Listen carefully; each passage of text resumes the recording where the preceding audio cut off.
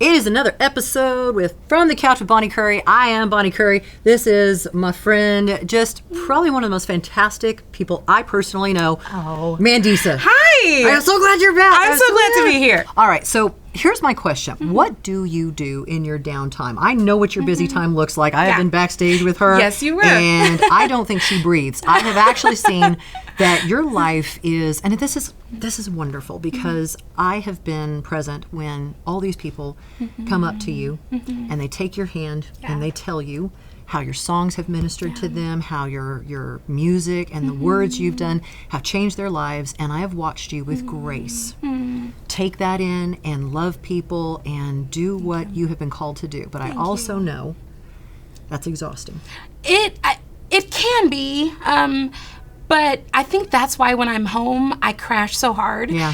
It's interesting. It's not the kind of exhausting where it's like a 9 to 5 and I'm, sitting in an office chair, like doing all that. But there's just something emotional about hearing these stories, especially they can be really hard stories. Very hard stories. And not always the stories where you get to the end and everything is wonderful. Sometimes they're in the thick of it, and hearing something like Stronger, Overcomer is helping them to put one foot in front of the other. So those are the kind of things. I'd never want to get numb to those, but I think that's why when I get home, I'm literally in my bed, which I've named Roofus because I love my bed that much, or in my lazy boy, which I need to give a name to. Maybe wait. RJ, Roofus Jr. You named your bed Roofus. Yeah.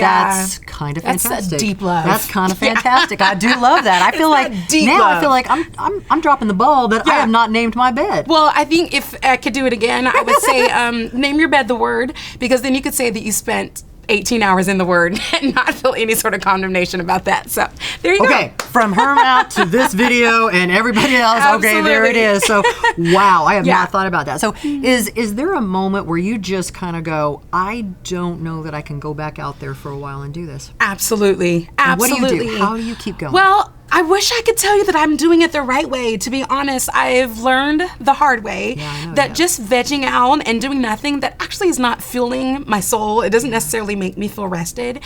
What I know makes me feel rested is what I need to be doing, and that is spending time in community. It's getting up and going to church. It's spending time in the Word. Those are actually the things that give me rest. But my default, what I've done my entire life, is just kind of lay and veg and watch television and eat stuff that I shouldn't be eating. Yeah. So I know it in my mind. It really is a matter of putting it into practice. So pray for me. Life, I do. And you know what's crazy about that? I really and truly do. I think there are those people that I think are so good at pouring themselves out, and I think you're one of those people.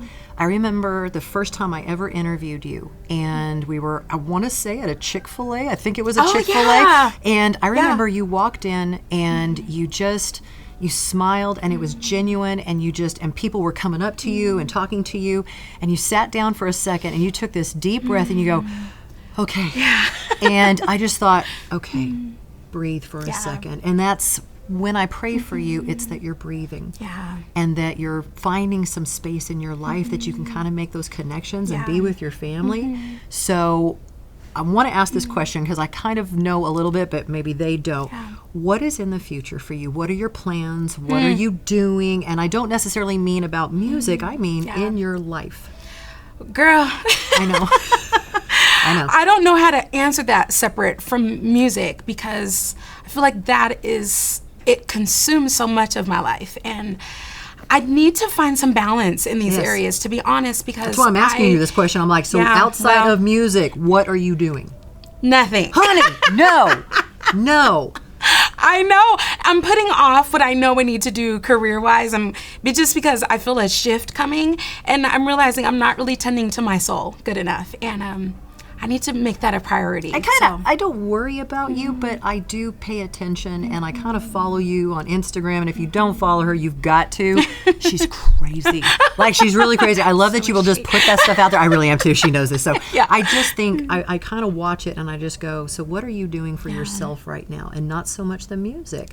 I'd love to see a book come out of you at some point that means you're kind of sitting down, maybe not on a stage. Do you think that's... Bonnie, you are all up in my stuff right now, girl. A little bit, because I have known you for a long time, and I love you, and I just feel like I love your music. I think there are times where I will play one of your songs, and just because I know you and I know that message, Overcomer, just your voice.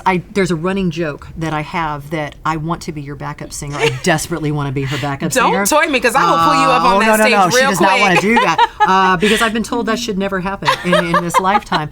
But it's like you're that voice for me that is so motivating. But at the same time, I go, hun, you've got to do some other things for yourself that take you off of a stage and feed who you are. I think that is honestly what I'm putting off, because I mentioned the shift that I feel. Yeah. I think anytime that you're stepping out of your comfort zone, out of the boat, if you will, it's a little scary. Very. And so I've just been putting it off, knowing that I feel like God is saying, come on, I know you're used to doing what is comfortable for you, but I've called you into something else. So it's just scary, so I'm putting it off, but okay, Holy Spirit. You know what? I Maybe hear this was you. supposed to happen today. Maybe you needed to have this moment where I'm looking at my friend and I'm saying, I would love to read a book by you.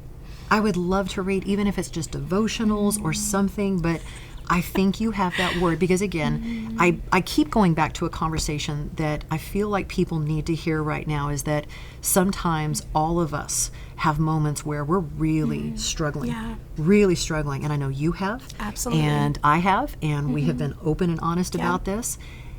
I feel like if I heard you write something down, or heard you write something, if you wrote something down, I would read that. It's interesting because sometimes we feel like we have to get to the end of a struggle to feel like you have the authority to speak to it.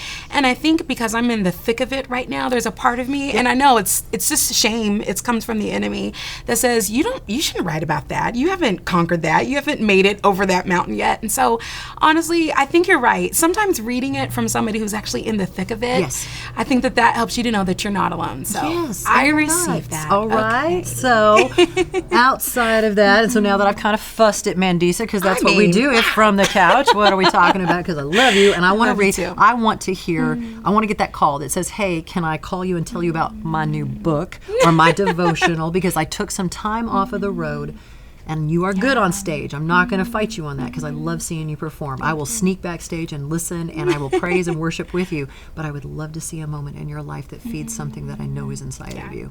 All right, outside of me fussing at Mandisa. She fussed at me. I did, just a little bit. That's good. I receive it. What else is going on? What good things, what's a blessing going on in your life right now? Well, you were with us for Girls Night Live in the fall, and so we're going to do that again. Oh, it's awesome. Yeah. Oh, it was so fun. I loved having a tour that was specifically for women. Yes. Because it's stuff like this. Yes. I mean, we pulled out a couch. And we kind of had some girl tech out there. Awesome. And there are things that I feel comfortable doing with just a couch full of my girls that I wouldn't necessarily in a room full of boys. Sorry. There's boys handling the cameras right now. You guys cannot be on the couch with us right now. So yeah, we're going to do that again in the fall, and hopefully we'll be able to continue that for a while. So I'm excited about it. That is a ministry in itself. I do think you have a heart for women, that you really do want to minister for that. And I kind of know that you're really good at it, so I'm saying yes. Yes. But I still want to see a book from Mandisa. Yes, and I know there's a lot of people that are going, yeah, girl. So working on it. So in the meantime, perform your heart out, sing your lungs out. I'm singing backup badly all the time for you. If I see you, Bonnie, don't let me see you from that stage, because I will call you forward. Everybody's like, no. Well, just turn your mic off. Make a joyful noise. I'm going to be like the Paul McCartney Linda where they turned off her mic and it's like, oh, wow. Yeah, not good. It's not good. Joyful noise. That's what I say. It's definitely a noise or something.